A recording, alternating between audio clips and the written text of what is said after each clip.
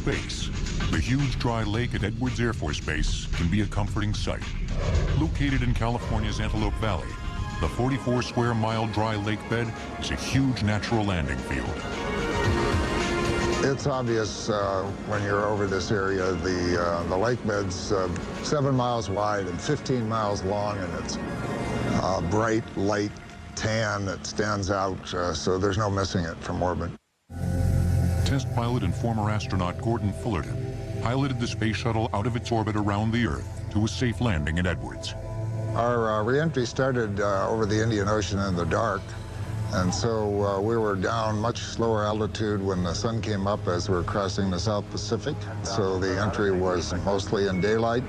Columbia, you got perfect energy, perfect ground track. Roger that.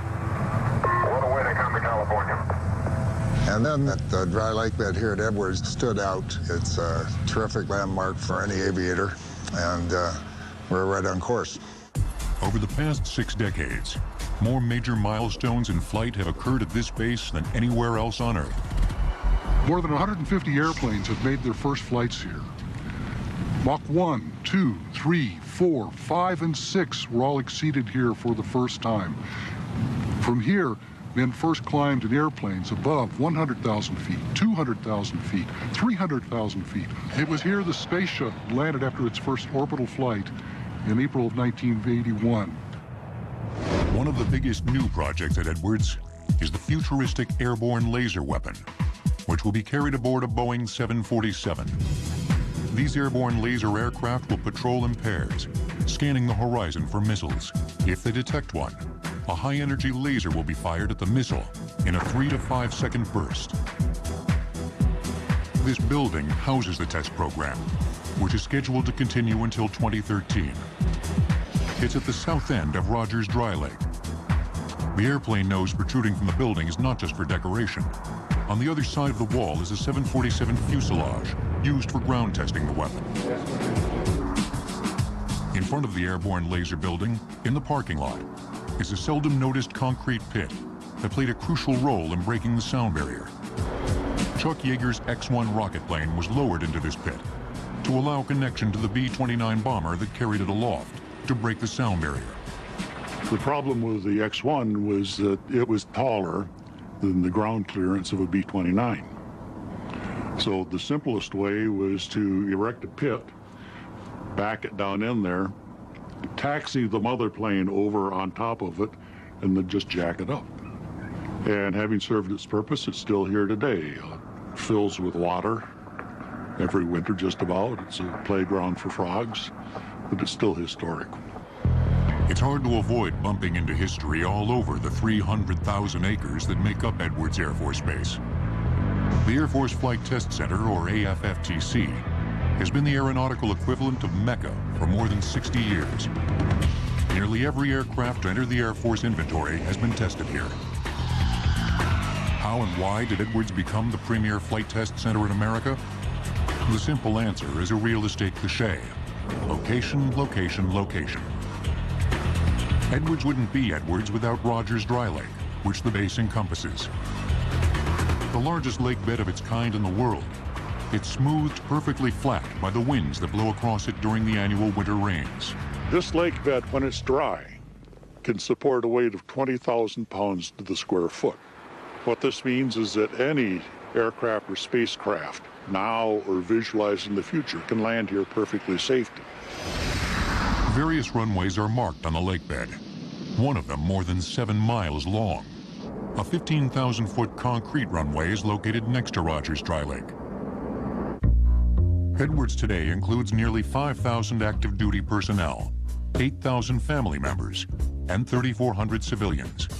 The base has 3 elementary schools and a secondary school, as well as a golf course, riding stables, a bowling alley, and a movie theater.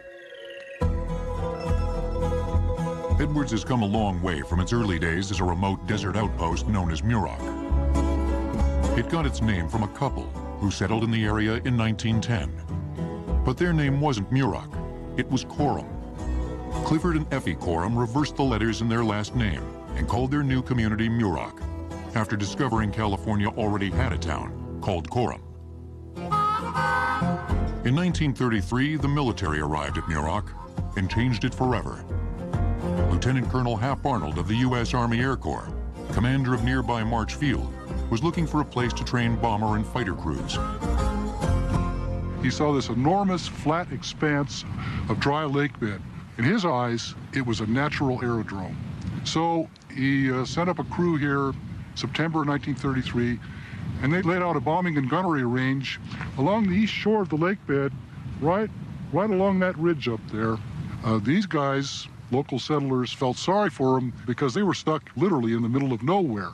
The locals called them the Foreign Legion of the Army Air Corps. They often thought of this place as the hot Siberia of the Army Air Corps.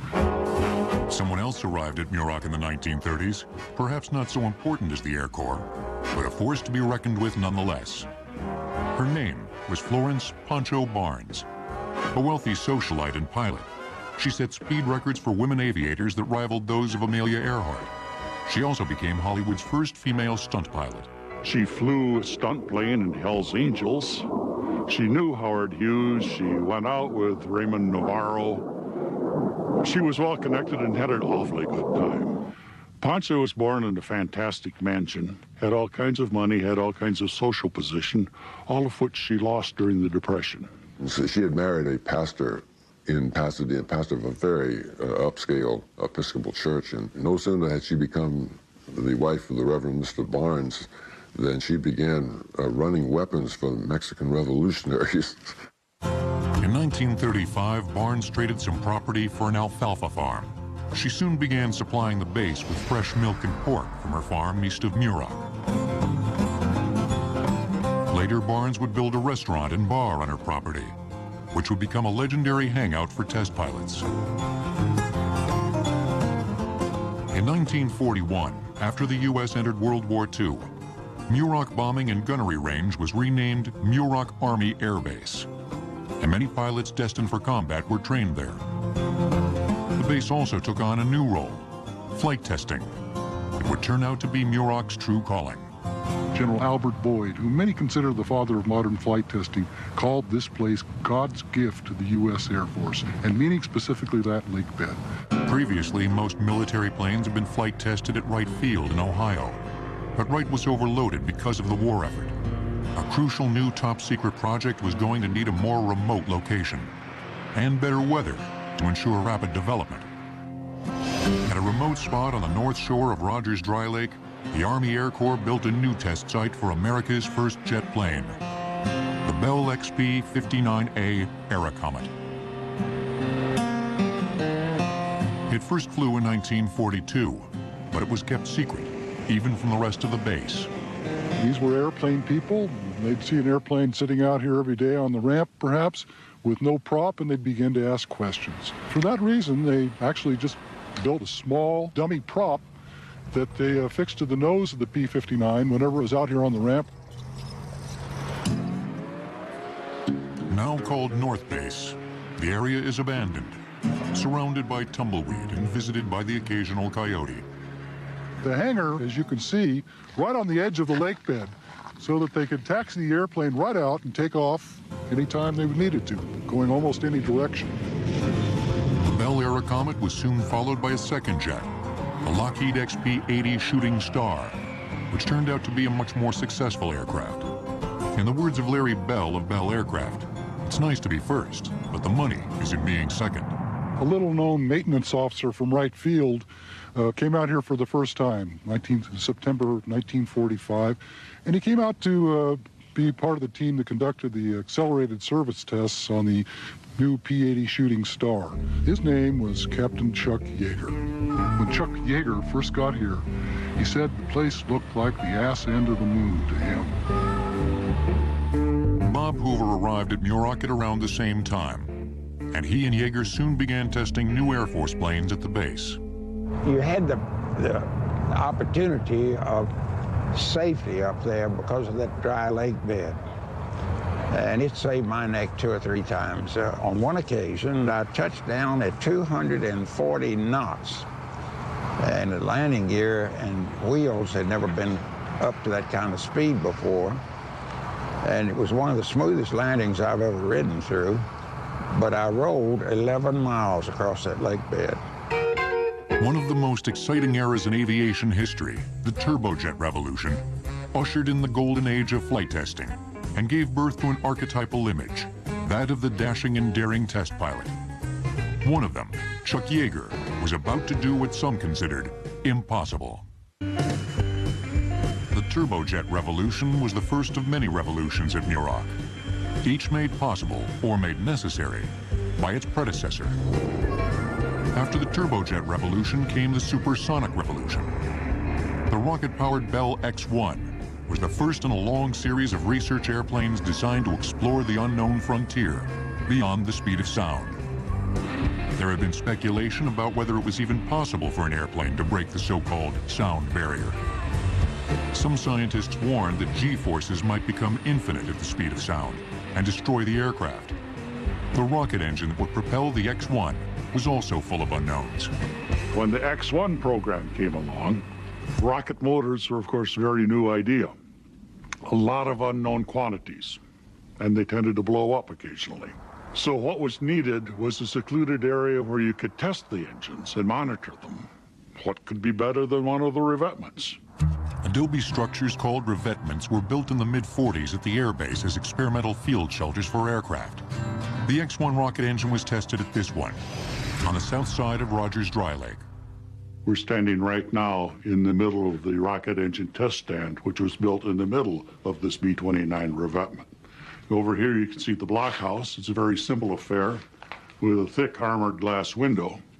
In here, the project engineers, a couple of scientists, the managers would be standing protected, watching the rocket motor run.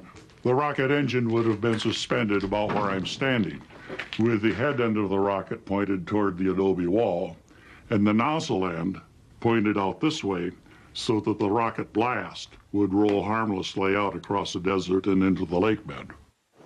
Beginning with the X-1 project, most purely experimental research at the base would be conducted jointly by two government agencies, one military and the other civilian. It's always thought of as an Air Force base, and indeed it is, but it also has had another component. It had a group from the National Advisory Committee for Aeronautics, or the NACA. The small group of 6 arrived here in September 1946. And they came out because of the famous X-1 program. Decades later, the NACA changed its name. We know it today as NASA. But whatever the project that the airplane was designed for, it would be first flown by the Air Force, who would test it, make sure it was safe, and they would fly the airplane out to the limits of its performance. And then it would be turned over to NACA, which was located right here at Edwards Air Force Base. In the 1950s, most record-breaking flights were celebrated at the bar and restaurant built by Pancho Barnes on her farm near the base. Barnes also had a fly-in motel with its own airstrip. Pancho Barnes Flying In, that was the official name of it. This was a bar out in the desert, so weather-beaten, so run down, such a mess that no one making a movie about it would have dared make anything as dilapidated. Where we're standing was the heart of the motel area. Pancho had built 2 rows of cabins here on the concrete, and a number of the young pilots volunteered their time and effort and built the famous 3-tiered fountain in the center of the courtyard of the motel. And you'll notice that the pool there, which they also built, outlines the U.S. Air Force insignia. Beyond there, where the chimney is, was the restaurant, the bar, a dance floor, and Pancho's house was just beyond. Over beers at Pancho's, civilian test pilots and Air Force test pilots frequently disagreed. Civilian test pilots didn't have much to do with the military test pilots. And I remember one fellow by the name of Gene Mays, who was with Douglas, and he asked me about how much flying time I had, and I said, 1,500 hours in fighters. And he said, well, I've got 10,000. I think I'm more qualified than you Air Force youngsters.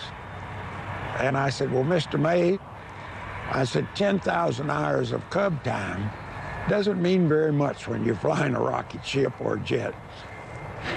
Pancho got a big kick out of that. So she said, whoever goes faster than sound first will get a free steak dinner on the house.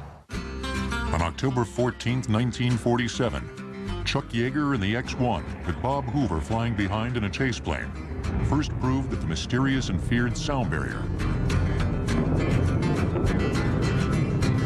wasn't really a barrier at all. I got a picture of him as he went by. It was the first time we had a photograph of the diamond shock waves coming out from the exhaust of the rocket motors. I knew he had accomplished his mission. So on the way down, I said, Pard, I think you're going to get that free steak dinner tonight.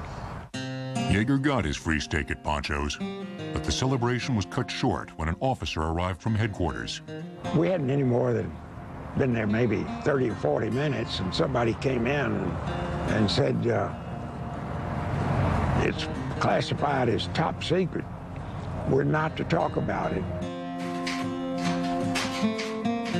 The details of that day remained largely unknown to the public until a few decades later, when author Tom Wolfe wrote a book called The Right Stuff. Published in 1979, it was turned into a movie that won 4 Academy Awards in 1983. Yeager was well known within the flying fraternity as a combat hero, as a man who broke the sound barrier, but outside of it, he was not known at all. I had never heard of Chuck Yeager when I went to Edwards. I was just there to see how the astronauts had trained. And in a way, Yeager took over my book because his exploits were more in a kind of primitive way, much more daring than anything that the astronauts did, or more colorful. In November of 1953, the good times at Pancho's came to an end when a restaurant and motel mysteriously burned to the ground. Today, as planes like the airborne Laser are flight tested overhead, That's it, all right, with this chase plane. the burned-out ruins of Pancho Barnes Place remain below.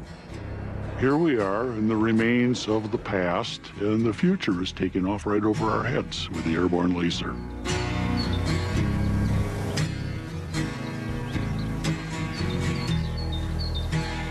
Good times and bad times populate the past at Edwards, and some of its memories are buried in its soil.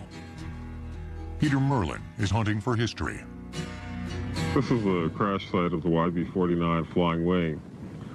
They were testing control forces and apparently overstressed the airframe, broke off the outer wing panels, and the plane crashed right behind us.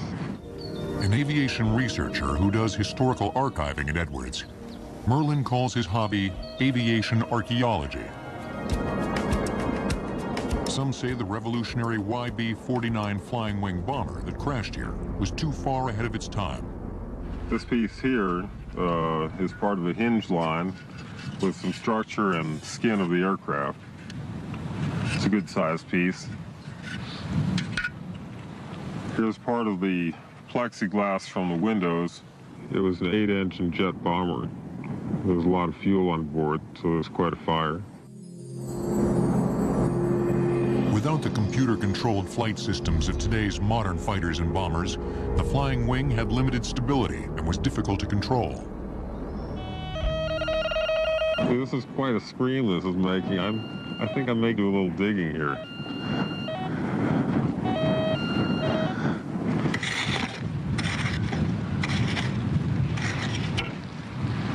We got a piece of rusty steel. There's a bolt through it and a nut. It's very corroded, but heavy. Hard to say what it was. This crash gave Edwards Air Force Base its name. Captain Glenn Edwards and 4 other men were killed in the mishap, and a year later, in December 1949, Muroc Air Force Base was renamed Edwards Air Force Base in honor of Captain Edwards. It wasn't the first tragedy at the base, and it wouldn't be the last. No one knew better than the test pilots that the job had its risks. But in spite of the dangers and setbacks, a golden age of aeronautical research would come to Edwards Air Force Base in the 1950s. Experimental rocket planes continued to raise the bar for speed and altitude. Chuck Yeager set a new record in 1953 as he piloted the second-generation Bell X-1A to a speed of Mach 2.44, or 1,650 miles per hour. Yeager's record was broken less than 3 years later, when Captain Mel Apt in the Bell X-2 became the first man to fly faster than Mach 3. For about a minute and a half, he was the fastest man in the world. At that point, he tried to slow down and turn back toward the lake bed to glide in and make his landing there, just like the X-1. Seconds after hitting Mach 3.2, the X-2 rocket plane tumbled violently out of control and crashed in the desert near the base. It crashed over here at the lip of the sandy wash and broke into several pieces. The engine section was right over here, the mid-fuselage assembly and wings, and the forward fuselage lay over there. We got a piece of the skin of the airplane. You can see it's still got the white paint on it. To continue developing faster and safer military aircraft, Edwards flight researchers would need to process reams of complex data from test flights. Without computers, Edwards would have to find a unique solution. In the early days of flight testing at Edwards, some of the most difficult work involved the detailed analysis of complex flight data. In 1952, Betty Love joined a team of women called computers who booted up and crunched the numbers every day. When I went to work, we were issued a 6-inch film scale, a light box. We were given a triangle, a pointer to be used to read the calibration, and we were given certain pencils, 2H pencils to use. The women who came here were known as computers because very simply they computed. They computed data from these film strips. And it was quite an art. It was done in an office here in which silence was golden, conversation was not tolerated. Flight information was recorded aboard test planes on rolls of film. The women known as computers turned the film into tables and graphs for the engineers. I have a VGH recorder here that recorded airspeed, altitude, and lateral and vertical acceleration. And on this particular flight, we were looking for turbulence. This is vertical acceleration. We were more interested in the frequency that it happened, so we would count 10 seconds worth of this data. This is a chart that I did for one of the engineers. This is a chart of velocity versus altitude, and it shows the curve lines for dynamic pressure. Most of the women were transferred to Edwards from the NACA Research Center in Langley, Virginia. Coming to their new home in the desert was a rude awakening.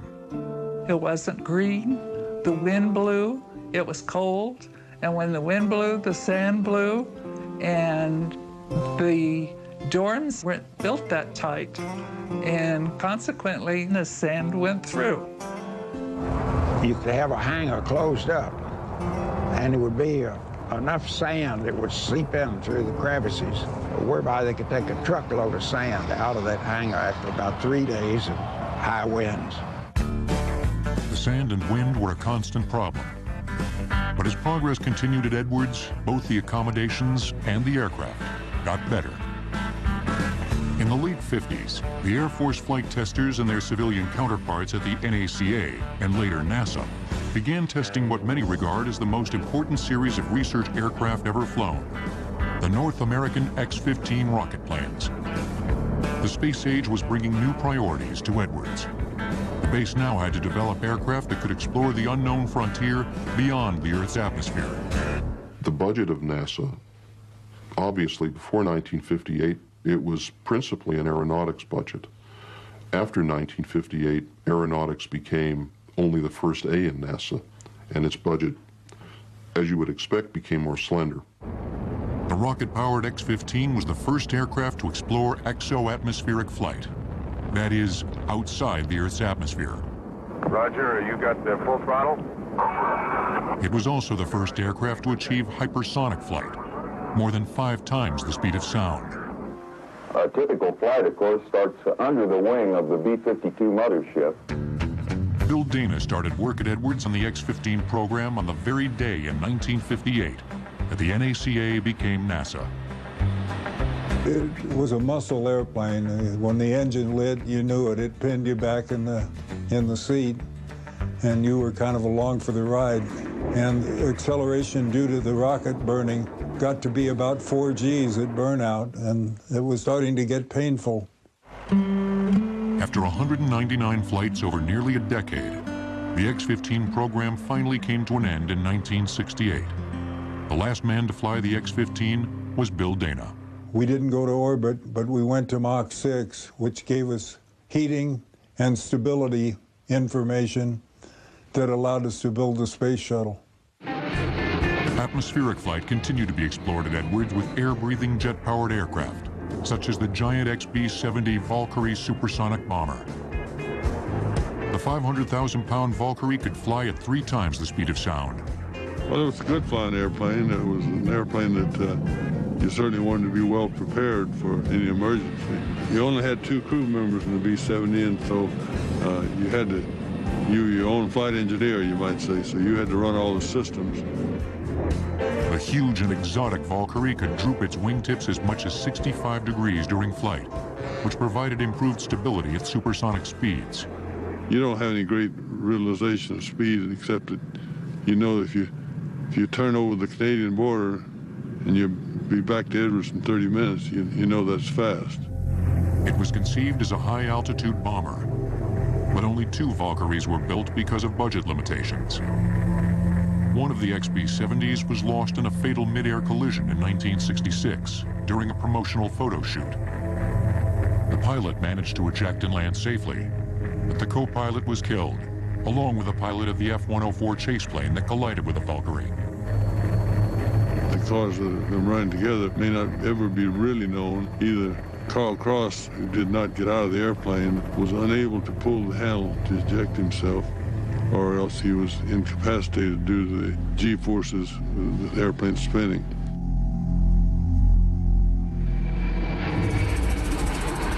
Even faster than the Valkyrie, the mysterious SR-71 Blackbird, a spy plane with first-generation stealth technology, routinely cruised at speeds in excess of Mach 3 and at altitudes well above 80,000 feet. The legendary Blackbirds were used for high-altitude reconnaissance by the Air Force until their role was taken over by satellites in the 1990s. But their speed record still stands. The Blackbirds are faster than any known manned jet aircraft. But even a Blackbird would look slow compared to the space shuttle, which would evolve from an unusual series of wingless aircraft, soon to be tested at Edwards. One of these ungainly airplanes would be dubbed the Flying Bathtub. A group of strange-looking aircraft began to streak through the skies above Edwards in the mid-60s. They were called heavyweight lifting bodies and helped pave the way for the space shuttle. These wingless aircraft relied on the fuselage alone to create lift. I went straight from the cockpit of the X-15 to the HL-10, which was one of 4 heavyweight lifting bodies that NASA and the Air Force tested. They flew a lot better than they looked like they should. The lifting bodies proved that the shuttle would not need onboard jet engines to land, and in fact could land dead stick, that is, without power. NASA had originally planned to have as many as 4 jet engines on board the shuttle. 10, 2, 1, touchdown. They took the jet engines out of the space shuttle, and that resulted in a savings of 1 million pounds of launch takeoff weight.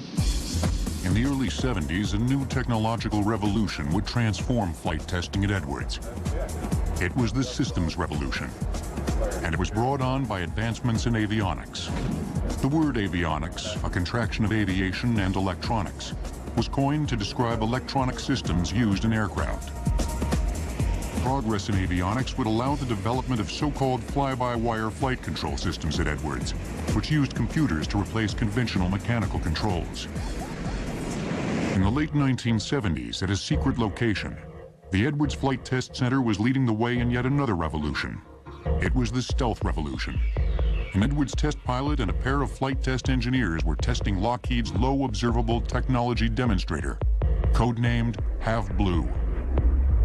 The test program, conducted jointly by the Edwards Flight Test Center and Lockheed, soon led to a new attack aircraft, the F-117A Nighthawk, also known as the stealth fighter.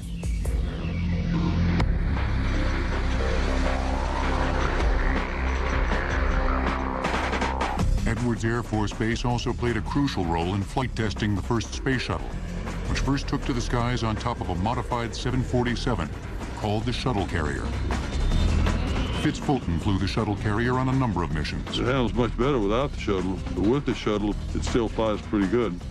The speed of that airplane with the shuttle on top is about 2/3 of the speed of a standard airplane, and it uses twice the amount of fuel per hour. The shuttle first separated from the 747 and glided to a test landing at Edwards in August of 1977. Then, after more than a decade of research and testing, on April 14, 1981, the wheels of the Space Shuttle Columbia touched down on Rogers Dry Lake Bed after its first space mission. It was the first orbiting space vehicle ever to leave the Earth on rocket power and fly back to Earth on wings like an airplane.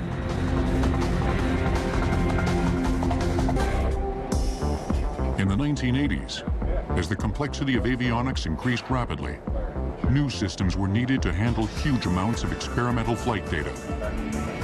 New facilities were created at Edwards to allow more testing of software-intensive aircraft systems on the ground. One of them was the Modeling and Simulation Facility, located on the west side of Rogers Dry Lake.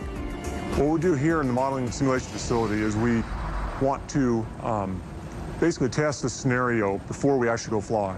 So early in the development program, we'll get our engineers involved with the development of a system. They'll learn as much as they can about it, and they'll bring that information to a facility like this to actually fly an airplane in a realistic environment, but a model and simulation environment, but as realistic as we can nevertheless. The system can be configured to emulate any aircraft, including planes that haven't even been built yet. The next level of ground testing at Edwards is called hardware-in-the-loop testing. We'll take actual hardware from our system. For example, we have an F-16 airplane duplicated on a bench upstairs. We'll take the actual hardware, the radar, the avionics, and put them on a bench with the actual cables, because cable length quite often is very important. And we will replicate flying that airplane on the ground using the actual hardware. And over here we have some of the avionics computers that go on board the F-16. We've got the general avionics computer that is one of the main computers for the actual avionics on board the aircraft. It's also connected to the fire control radar that is one of the main computers for the actual fire control radar, the F-16 radar. We have more of the F-16 radar here, the boxes for the transmitter. So these are all parts of the radar that go inside the F-16. And they all couple with the actual antenna, which is behind that bulkhead right here. So behind that bulkhead is the F-16 antenna that'll sweep when we're doing a test, going back and forth sweeping.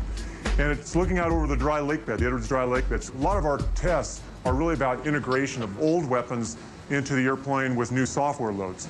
This particular one right here is a Maverick. It's an infrared version of a Maverick missile. So when we do tests with this, we're just making sure that the Maverick missile integrates correctly with the new software loads from the F-16.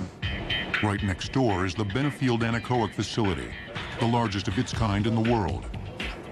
It's used to test electronic systems, including communications and radar, in an environment free of radio interference or reflections that is similar to the environment found in flight. Dictionary says anechoic is free from echo or free from reflection.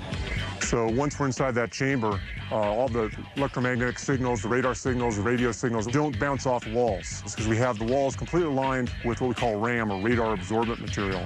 And there's over 51,000 pieces of this RAM, which is a carbon-impregnated fiber foam that absorbs the radar and radio waves as they are in the chamber. It's about 260 feet by 250 feet by 70 feet high on the inside of the chamber. We can hang any fighter-sized aircraft from any one of two hoists in the chamber. We have a 80-foot diameter turntable in the middle of the chamber we can rotate aircraft on. As high-tech developments in avionics continued in the 1980s, they helped bring a familiar sight back to Edwards Air Force Base. Large flying wings would be in the skies above Rogers Dry Lake for the first time in nearly 40 years. But this time, they would have computerized flight controls to keep them in the air.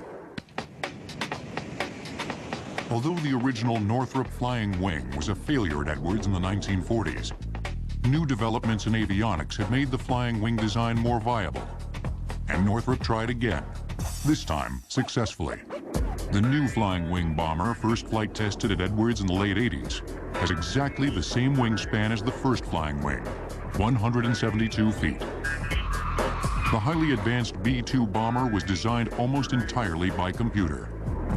It has low observable characteristics that represent a third generation of stealth technology, after the first generation SR-71 and second generation F-117 Nighthawk. After the B-2 stealth bomber, the next state-of-the-art combat aircraft to be tested at Edwards was the F-A-22 Raptor, a new air dominance fighter, which combines stealth with supersonic cruise ability. Its testing continues at Edwards. It is the greatest fighter plane ever, and I didn't start to realize exactly how much capability that went into it until I started understanding some of the technical issues. There's nothing on the Raptor that's there by accident, whether it was for radar reflections or whether it was for heat signature or, whether it was for top speed or loads or, all the different shapes serve a purpose. I think right now any fighter pilot that's flying any other aircraft out there would, be lying if he said he didn't want to fly it at least once. And after they fly it once, they'll be hooked. It's an awesome aircraft to fly. In the northeast corner of Edwards Air Force Base is a large complex of rocket test stands, where more reliable, more economical, and more powerful rocket engines are being developed for future space missions and for military applications. Test Stand 1A was originally designed and built more than 50 years ago to develop the rocket engine for the first intercontinental ballistic missile. The 65-square-mile rocket complex is operated by the Air Force Research Laboratory. Radical new ideas in jet-powered aircraft continue to be explored at Edwards. One of them is the $41 million Active Aeroelastic Wing, or AAW project, being developed at the NASA Dryden Flight Research Center on the west side of Rogers Dry Lake. The AAW is a high-tech version of something the Wright brothers pioneered, using wing warping to control the flight of an aircraft. Orville Wright didn't have ailerons or flaps for control when he flew the first airplane in 1903. Lying in a saddle, connected by cables to both wingtips, he steered the plane by rolling his hips from side to side and warping the wingtips up or down.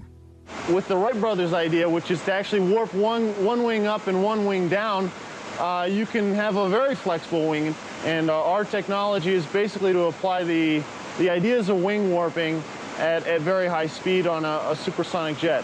When I make an input that says I want to roll the airplane, let's say, to the left at a certain rate, the leading edge and trailing edge surfaces will deflect, not to roll the airplane, but actually to twist the wing structure, if you will, like taking a towel and twisting it, such that as the wing structure twists, the lift generated by that wing will change, and the airplane will actually roll based on the twisted structure.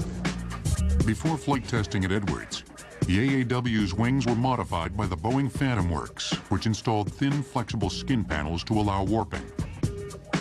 There was a lot of trepidation. One of the challenges of this type of technology is that you're introducing very high loads and unknown loads into the wing structure. Also at the NASA Research Center at Edwards, in the same hangar as the AAW, is the Pathfinder, a remotely piloted flying wing designed to stay aloft for long periods.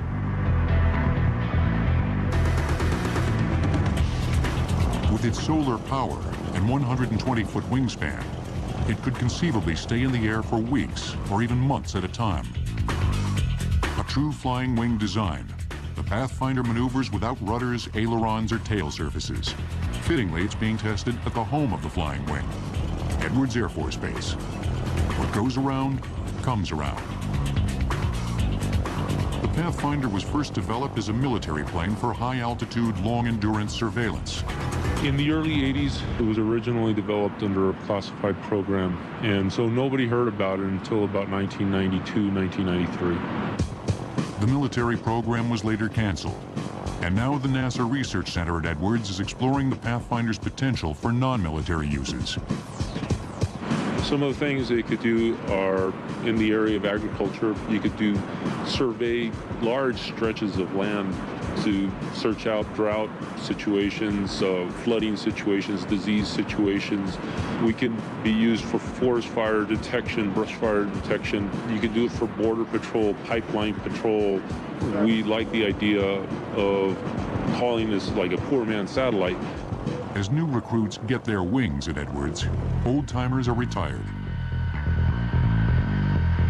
In 2004, one of Edwards' most distinguished veterans, this B-52 that once carried the X-15 aloft, took off on its final flight from Edwards. Test pilot and former astronaut Gordon Fullerton was at the controls as the mothership carried its latest fledgling, the X-43 scramjet, into the skies above Rogers Dry Lake. After release from the bomber known as 008, the unmanned scramjet flew faster than any air-breathing jet airplane has ever flown, nearly 10 times the speed of sound. I remember in college seeing 008 lifting the X-15 up on the news programs of the day. I came here in 1986 and have flown it ever since, until a couple weeks ago when we did the final X-43 flight. As an Air Force test pilot, a NASA test pilot, and an astronaut, Gordon Fullerton has witnessed generations of revolutionary change at Edwards. In my 46th year of being on active flying status, so I've accumulated a lot of hours. There's been a lot of advancement in what airplanes can do, and certainly what spacecraft can do. The turbojet revolution, the supersonic revolution, the space revolution, the systems revolution, and the stealth revolution all presented problems that sometimes seemed insurmountable. But Edwards Air Force Base took them on. It was so American. It was absolutely an American experience.